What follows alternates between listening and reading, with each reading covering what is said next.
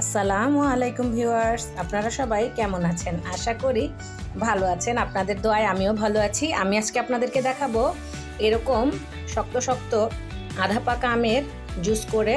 তো চলুন আজকে আর সময় নষ্ট না করে এই গরমে তাড়াতাড়ি আধা পাকা আমের জুসটা আমরা করে নিই। আধা পাকা আমের জন্য আমি এখানে যে আধা পাকা আম কেটে ব্লেন্ডারে নিয়ে নিয়েছি। এই যে আমটা হবে এরকম, আমটা মনে হবে পেকে গেছে কিন্তু এরকম শক্ত থাকবে। এই যে আমি টিপ দিচ্ছি, গলে যাচ্ছে না।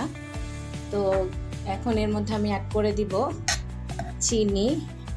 আমি যেরকম মিষ্টি খাবো সেরকম দিয়ে দিচ্ছি, আপনারা আপনাদের স্বাদ মতো দিয়ে নেবেন। আরও অ্যাড করছি হচ্ছে হাফ চা চামচ বিট লবণ, হাফ চা চামচ এমনি সাধারণ লবণ দিয়ে খুব সুন্দর করে ব্লেন্ড করে নিচ্ছি। যখন এরকম আমটা একদম ব্লেন্ড হয়ে যাবে তখন আমি এর মধ্যে আরও অ্যাড করব 1 চা চামচ পরিমাণ গুঁড়ো দুধ আর এই যে এরকম একটু হাজমলা দিয়ে এখন আমি এটাকে আবার একটু ব্লেন্ড করে নিচ্ছি।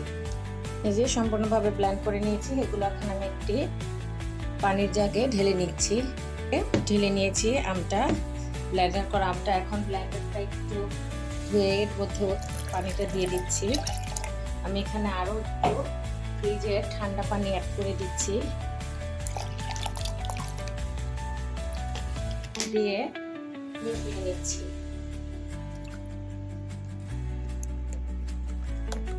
এই যে আমার মেশানো হয়ে গেছে। আমি একটু টেস্ট করে দেখেছি, এখানে আমার আর একটু লবণ লাগবে, তো আমি আর একটু লবণ দিয়ে দিচ্ছি, দিয়ে মিশিয়ে নিচ্ছি। হয়ে গেল আমার আধা পাকা আমের জুস। এখন আমি আপনাদেরকে পরিবেশন করে দেখাচ্ছি।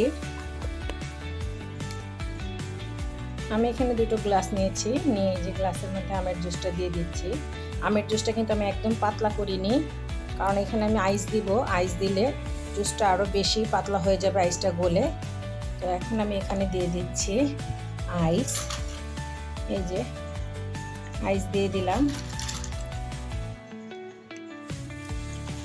হয়ে গেল আমার এই গরমে ঠান্ডা ঠান্ডা আধা পাকা আমের জুস। আশা করি আমার আজকের এই রেসিপিটি আপনাদের খুব ভালো লেগেছে। যদি ভালো লেগে থাকে তাহলে প্লিজ আমাকে লাইক, কমেন্ট, শেয়ার এবং সাবস্ক্রাইব করবেন। আল্লাহ হাফেজ।